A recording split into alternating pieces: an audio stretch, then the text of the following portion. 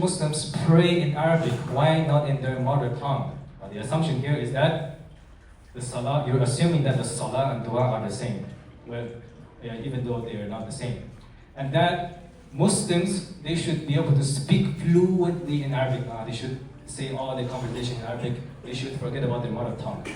And then your assumption is that the purpose of prayer is not to worship Allah, is to make your heart very comforting, soothe your heart like yoga. Yeah, that's your assumption. And then, why does Islam discriminate against LGBTQ people? We just get this kind of question a lot. The assumption here is that we disagree with the sin. We disagree with the action. We don't disagree with the feeling. Yeah? But your assumption is that we're saying, even if you have any single feeling similar to these people, then you should be killed or burned or whatever. Yeah, that's the assumption here. Why Muslims can't eat pork and drink alcohol? Very, very common question. Actually, we can talk a bit more about these because these are maybe more common questions. So the assumption here is that they might think that these are the most important thing in Islam. Yeah, like why are you asking this as the first question when you approach a Muslim? Right? Because there are tons of rules in Islam. Why are you asking this one? And then you're asking this because you might feel that humans should only do things that please them. Why should you follow something else? Why should you limit yourself?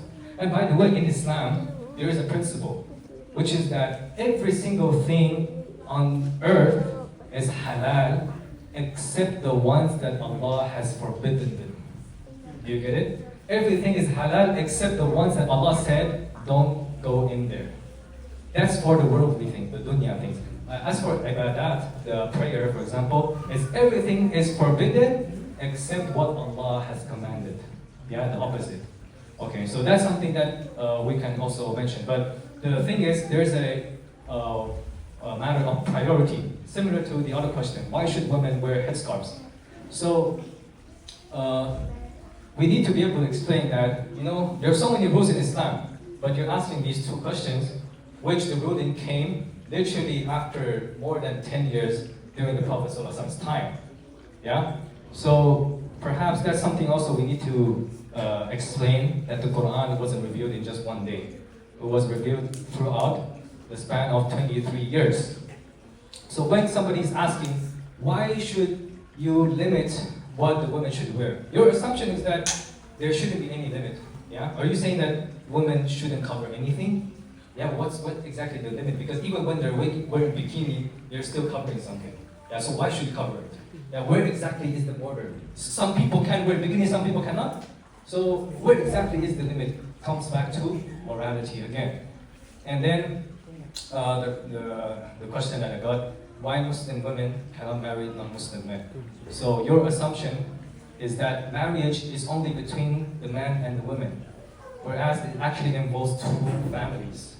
Yeah, and also it also is the responsibility for you as a parent for your children. The future of your children depend on the love between the husband and the wife.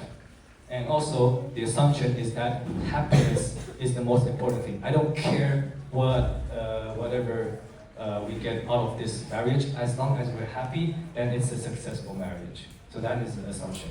So once you're able to point out the assumptions, then it will be easier to answer the question. Right? This is just a tip. But at the end of the day, we still need to listen to the people who are asking these questions to better understand where they're coming from. Yeah, because this is still just one of the tips that we can deal with these kind of questions. As I mentioned, sometimes we have to be offensive. Why offensive? Because the same kind of standard they're using against Islam, they're not using against themselves. For example, the question of hijab. The way I would always answer when somebody asks me why do Muslim women wear hijab, I tell them, actually this rule is not only in Islam. Even in Taiwan, you guys have this kind of rule. Even in America, even in Europe, you guys have this rule as well. They say, how so? I said, even in Taiwan, the law says that you cannot go outside naked. If you go walk naked, then people might take you to prison. And if it can get very serious if you don't wear something on the street. Yeah? So it means that there is some kind of standard for the human decency that they should cover some parts of their body. But the only difference between Islam and your country's law is that we have a very specific rule about where we should cover and where we don't need to cover. That's the only difference. You guys have the same standard. So don't feel like, oh, we're so far away. No, actually, we're pretty much the same. It's just that we have a different limit on how we should wear our clothes. So that is also a way that we need to find out what's the common things between us.